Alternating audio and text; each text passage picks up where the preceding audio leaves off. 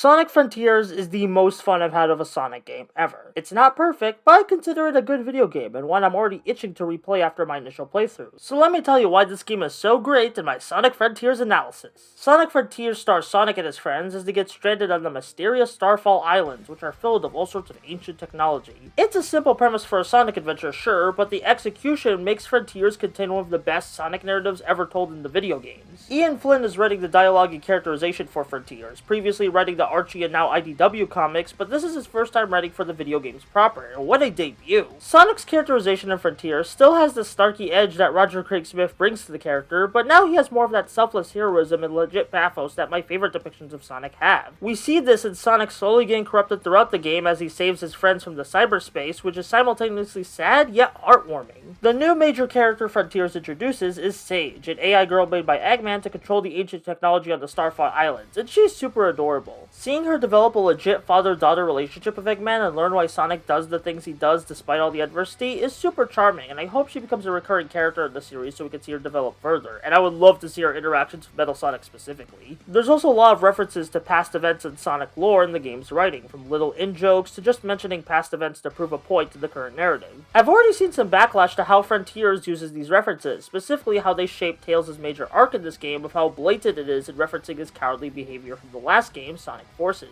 However, I disagree with this, as I think these references are used to set up a new era of possibilities for the character's future. The key to how Frontiers writing does this is, instead of ignoring or retconning those past actions, he has Tails fully embrace them as flaws to work on and improve on for the future. Hell, Ian Flynn did a similar thing with Tails at the beginning of the IDW Sonic comics, so he has a tendency of using controversial past elements to build towards a brighter future. Though even on its own, Frontiers' characterization of the cast is really entertaining, with my personal highlight being Sonic and Knuckles' rivalry, which is arguably at its best here. So when it comes to story and characterization, Frontiers is a return to form and then some. But what about something that Sonic isn't usually associated with? Combat. There's been combat elements in Sonic games before, but Frontiers sets a new standard for this kind of stuff. Admittedly, the combat in Frontiers is very simple, but it's super fun thanks to satisfying beatdown animations, fun moves to pull off, and a variety of enemy types that consistently keep you on your toes with the different ways they need to be taken down. I do wish there was more to unlock in the skill tree because it feels like there should be more meat to it than there is, but I guess that's a good complaint because I just want more of it. The side loop is also a fun mechanic for both combat and puzzle solving that reminds me a lot of the Wonderful 101, and yes, you can draw cock balls in Among Us with it, you filthy memers. Outside of combat, the big change Sonic Frontiers makes to the franchise is being an open-world-ish game where Sonic can run around and explore large areas.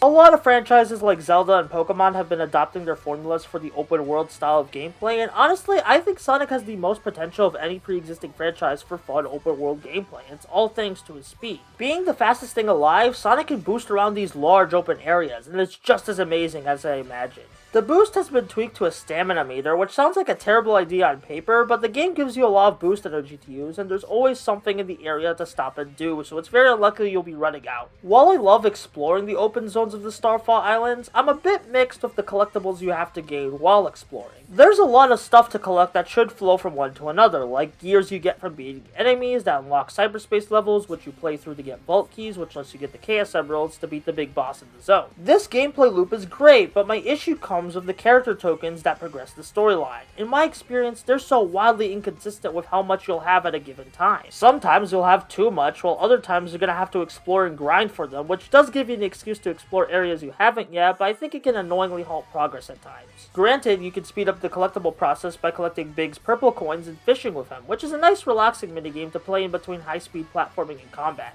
As for the aforementioned cyberspace levels, these reuse assets and level design from past Sonic games to make fun, bite-sized levels that are enjoyable to retry and replay to get all the possible achievements for them. I'm actually motivated to replay and get S ranks on most of these levels because not all of them are winners, and I feel like there's some jank to the controls in cyberspace as they're using the control scheme meant for an open exploration, but this time in linear levels. While fun, I'd have to admit that the cyberspace levels are definitely the weakest part of Frontiers for me. Going from one of the lowest points to one of the highest points of the game, we have the epic boss battles, which are cool giant mechas that look straight out of Evangelion. Hell, the first one makes a Shin Godzilla reference. Playing as Super Sonic is very visually and mechanically stimulating since you really feel the immense power he has, which is backed by some hype vocal tracks, with my personal favorite being Find Your Flame. However, I'll admit the final boss of the game is kinda anticlimactic. Like, the last true Supersonic fight is fun, but kinda normal by this game's standards, and if you play on hard mode, you'll get a super fun yet challenging Ikaruga-style shoot-em-up section against the end. But after you do that, you just get some quick-time events, and boom, you're done. The story wraps up satisfyingly, but from a gameplay perspective, Frontiers could have offered a stronger finale, especially with how great the other bosses were. However, this does not take away from the special end credits theme performed by Nathan Sharp of Nate Wants to Battle fame called One Way Dream. This beautiful song, is the closure I needed to my cringy middle school self who loved Nate's music and Sonic games. This song makes me feel like Sonic Team reached out to me and said, "Your love for Sonic is valid. Now go out there and enjoy a new era of Sonic. Be the spark that won't go out."